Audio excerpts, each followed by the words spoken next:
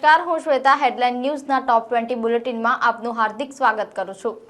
પહેલા એક નજર આજના સ્થાનિક સમાચારો પર। ડભોઈની the Dabhoi people's cooperative bank છેલ્લા 4 દિવસથી બંધ હોવાથી ખાતેદારો ધક્કા ખાઈ રહ્યા છે। પાદરાના યુવક સાથે સ્કોલરશિપમાં છેતરપિંડી થતા યુવક પ્રતિક કનુભાઈએ ભગતસિંહ ચોક ખાતેથી પદયાત્રા કરીને જિલ્લા કલેક્ટરને રજૂઆત કરવા પહોંચ્યા હતા। વડોદરા શહેર સાયબર ક્રાઇમે ઓનલાઈન ટ્રેડ કરવાના બહાને પૈસા કમાવાની લાલચ આપીને છેતરપિંડીના ગુનામાં સંડોવાયેલા 17 ઇસમોની ધરપકડ કરી છે તથા આ અંગે વડોદરા સાયબર ક્રાઇમ ખાતે એસીપી મયુરસિંહ રાજપૂતે પત્રકાર પરિષદ યોજી હતી।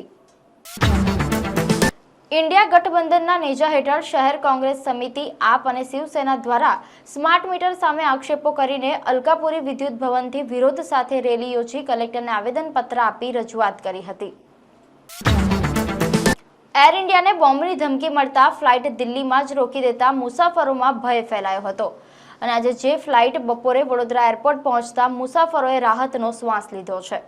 હવે જોઈએ રાજ્યના સમાચારો। વડોદરાના માંજલપુરમાં રોયલ સ્પાની યાર્ડમાં ચાલતું કૂટણખાનું પકડાયું, 7 યુવતીઓને છોડાવી, પૈસા માટે મિત્રને હથોડા મારી પતાવી દીધો। સુરતમાં યુવક 1.5 લાખ ઉછીના આપીને ટોર્ચર કરતો હતો, કારખાનામાં હત્યા કરી મૃતદેહને કોથળામાં ભરીને કચરામાં ફેંક્યો। અમદાવાદની ફાર્મા ફેક્ટરીમાં બોઇલર બ્લાસ્ટ, નારોલના સરદાર એસ્ટેટમાં બોઇલર ફાટતા આગ લાગી, માલિક સહિત 6 ને ઈજા, ફાયરની 5 ગાડી અને 3 થી 4 108 દોડતી થઈ।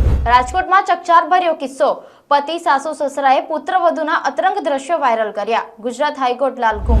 પોઈશામાં નર્મદા નદીમાં ડૂબેલા 3 ના મૃતદેહ મળ્યા, 15 વર્ષીય કિશોરનો મૃતદેહ સુરત પહોંચ્યો। હવે જોઈએ દેશ વિદેશના મહત્વના સમાચારો। મોડી રાત્રે 2 મોટી દુર્ઘટના, 12 ના મોત। ઇન્દોર અમદાવાદ હાઈવે પર ગાડીનો કચ્ચરગાંઠ, તમિલનાડુમાં ઓવરટેક કરવા જતા બસ ટ્રક વચ્ચે ગંભીર અકસ્માત સર્જાયો। અખિલેશ સાથેની પ્રેસ કોન્ફરન્સમાં કેજરીવાલનો મોટો દાવો, શાહ બનશે પીએમ, યોગીનો નિકાલ કરશે। આ વર્ષે ચોમાસું વહેલું બેસશે, 31 મેના રોજ કેરળ અને 29 થી 30 જૂન સુધી ગુજરાતમાં પહોંચશે વરસાદ। દેશની પ્રથમ મિડગેટ સબમરીન એરોવાના તૈયાર, દરિયામાં સૈન્ય મિશનમાં મદદ મળશે।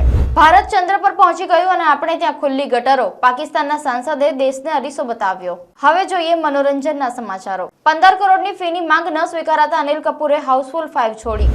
રાખી સાવંતને હોસ્પિટલમાં કરવામાં આવી દાખલ, પેટમાં ટ્યુમર, કિડની ખરાબ અને હાર્ટ પ્રોબ્લેમ। પૂર્વ પતિ રીતેશ સિંહે કહ્યું કેન્સરના રિપોર્ટ કરવામાં આવી રહ્યા છે।